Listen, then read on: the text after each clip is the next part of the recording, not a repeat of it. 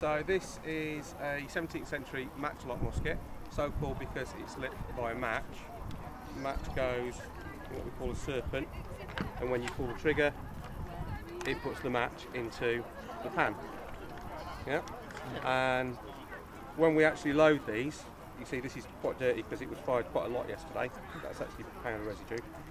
You take powder from your flask, fill up the primer. There's a tiny little hole, I don't know if your camera can pick it up, there's a tiny little hole in the pan which goes through to the main chamber of the barrel. Yeah. Close that off. You put your main charge, which comes in the form of a cartridge, which is a paper tube, and that's where we get the phrase cartridge paper from, because it was the quality paper that was used, full of powder. You empty it down there, scrunch it down. Yeah, the little bag has lead shot in. For safety reasons, we don't carry lead shot because we will be live firing this afternoon. We don't want to risk it getting involved.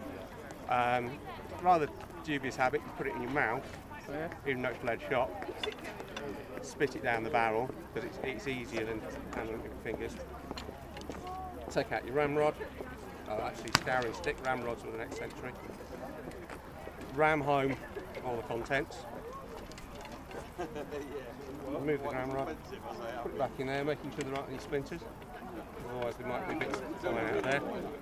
The general principle is you put your powder in, you put the paper cartridge in afterwards to act as wadding, because it's like with a modern firework, if you just put black powder on the surface and set it off, it just goes and doesn't do anything. As soon as you put it under compression, bang! And that's the idea. You put the wadding in, you ram it home, you compress it as much as possible. Yeah, so what happens then, when you fire, there, the spark goes into the pan, the powder there burns, that burns through the little touch hole, sets off the main charge and propels it all out of there. We've got, if we don't have cartridges, we have a bandolier, and each of one of these is one measured charge. Yeah, and you could put primer in there, empty the charge down there. Only problem with these is there are 12 of them. Once you've fired 12 shots, you then have to retire and go and find who's got the main powder barrel, fill them all up again.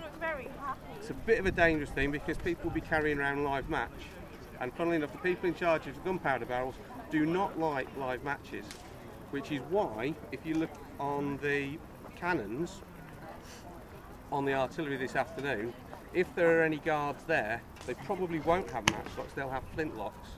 Flintlocks were initially used around the cannon area because they weren't going to have sparks flying everywhere, they weren't going to actually set off the gunpowder. Advantages and disadvantages, these things will fire virtually every time unless it's peeing it down with rain, yeah, in which case they're a bit useless. Whereas flintlocks can actually misfire, it's something like that 1 in 4, they don't create the spark. But you don't have to worry about these, and they work in the wet. You'll notice also there's no sights on these at all. Yeah. It's just an aim.